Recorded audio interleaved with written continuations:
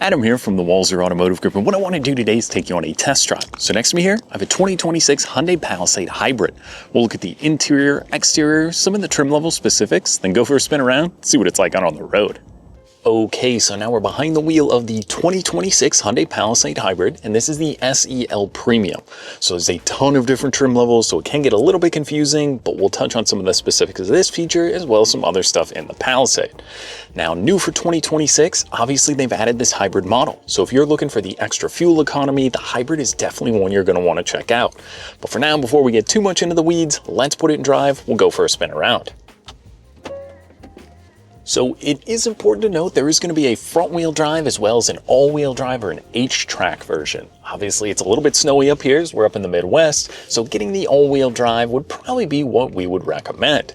Now, as far as fuel economy is concerned, this is a 2.5-liter hybrid engine, and it's going to get you 29 miles per gallon in the city and 30 on the highway. These really do a great job of getting great fuel economy as well, giving you a ton of space inside. But as you can hear it beeped, it warned me there might be a little bit of ice on the road, as we did get like a freezing rain and some snow over the past couple days. So the roads have been pretty bad, and having the H-track system has been amazing in this Palisade.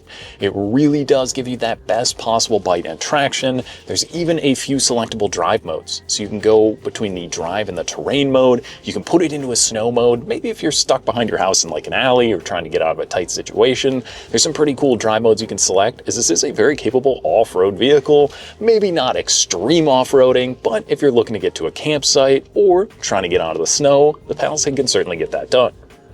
Now, as you can hear, I'm not using the gas engine at all. As I've been driving around today, it will kind of recharge the system, as this isn't a PHEV. It's not a plug-in hybrid vehicle. This is just simply a hybrid. So it will regen the system as you're driving around. You can hear gas engine kicks back on. It's barely noticeable. Some of the older hybrids, I think, got a bad rap because you would get this like huge juddering kind of change.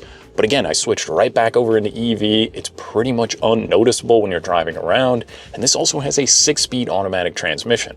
So really, it's not even noticeable when it's changing gears. Hyundai's done such a great job with these new transmissions, and the power you get on tap with a hybrid system is also pretty impressive for a vehicle of this size. Now, a few things on the exterior of the SEL Premium. I love the boxiness. From the outgoing Palisade, they've really kind of designed this vehicle to almost look like a European or German luxury SUV, and the front of the vehicle is very tough looking. They even do like an XRT Pro off-road version that's even more kind of muscular and aggressive.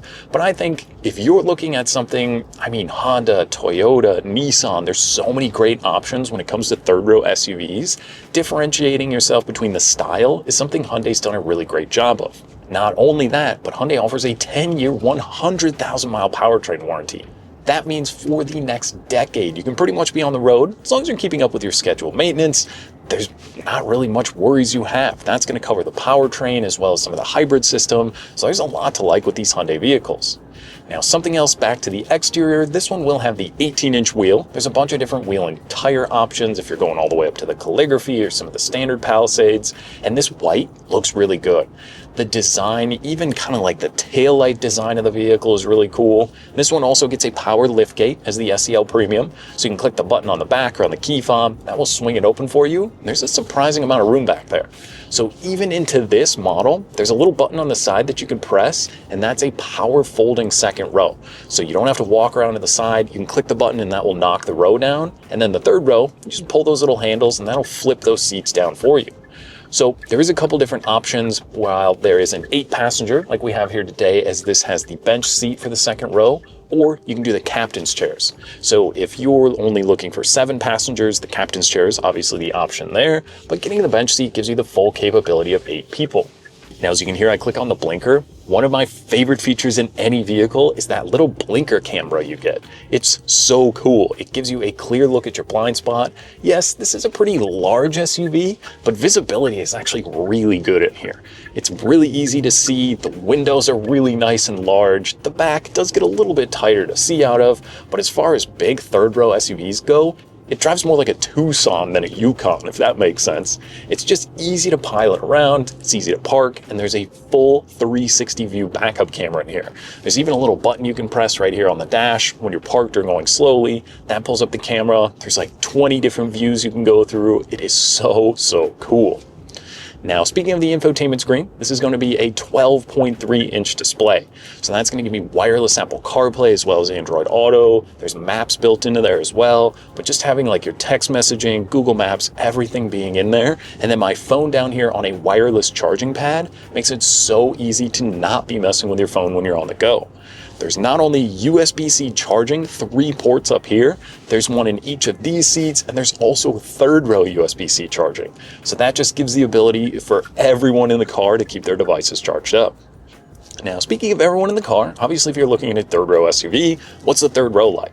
It's really easy to access. So in that second row, there's a little button on the back, kind of by the shoulder of the second row, or even low down. And what that does is clicks and then folds the seat forward power.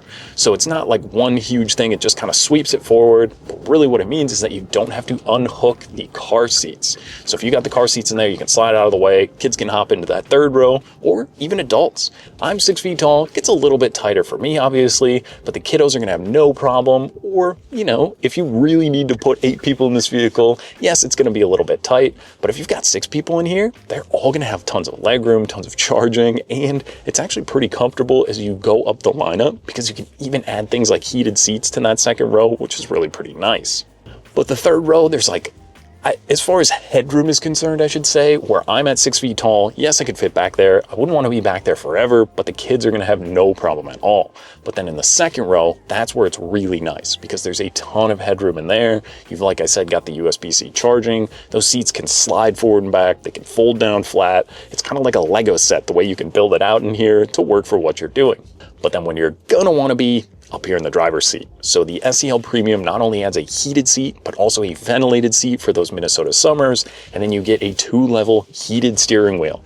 If that's something you haven't had before, good luck giving it back up. It is such a great feature. If every car could have the blinker camera and the heated steering wheel, I would be so happy because it's 2 of my absolute favorite features, and you're getting that with the SEL Premium. Now there is also a digital gauge cluster in here, so you can kind of go through, keep track of some of your more pertinent information if you want. It's pretty cool because it just gives you a look, even if you're setting your nav. So I've got a destination set, it's showing me that in here, kind of the turn-by-turn direction, which is pretty nice. Or you can even go see like where the all-wheel drive distribution is going, or some of the energy mode from the electric stuff. So the only way you really know it goes in between EV is there's a little green light that pops up on that digital gauge cluster. Like I said, it's pretty seamless and it's so well insulated and comfortable in here. These Hyundais have come such a long way. If you need a family vehicle and you're not looking to try and break the bank, like I said, to get that German luxury SUV, or maybe you're worried about the unreliability or cost of repairs, that's where the Palisade absolutely shines. So now we do have to touch on the price. So this particular one, as loaded up as it is, MSRP is going to be $52,000. So yes, I get it, it is expensive, but the average new car price is a little bit over $50,000 nowadays. But this isn't giving you just an average amount of equipment. This is giving you the hybrid system, heated ventilated seats, room for 8. It's even got the sunroof up above in here. There's just so much great equipment, not to mention, like I said, the warranty that comes with this vehicle also. I just can't say enough good things about the Palisade. One of my friends actually just went and bought one recently after my recommendation because, you know, they just seem to work. And if you're worried, like I said, about the high cost of repairs, or you're worried about getting all the equipment into a vehicle, I mean, these you can even drop down a little bit more, or if you don't want the hybrid system, you can even get just a base Palisade in the 30s, and that's a lot of vehicle for the money. Or you can go all the way out and get the calligraphy, which gives you all the good stuff. I mean, there really is kind of an option or a trim level that fits, but I think this SEL Premium is really the sweet spot. The hybrid system giving you 29 miles per gallon in the city or 30 on the highway. There's so much cool stuff in here between the technology, even all the safety, like the adaptive cruise control system, blind spot monitoring in the mirrors. There's so much good stuff to not only keep you, but also your family, who's obviously going to be in the vehicle with you, very safe when you're on the move. So I think if you're in the market for maybe a third row SUV, and like I said, you're shopping Honda, Toyota, any of those maybe GM vehicles, there's a lot of really good choices. But I think this Hyundai Palisade is definitely one to add to the list. Come out, take for a spin, and see what you think. Now that was just a quick look at the 26 Palisade Hybrid. Now if you have any other questions or you'd like to schedule a test drive, you can visit us online at Walser.com or stop by anytime. We'd be more than happy to help. Thanks again for watching.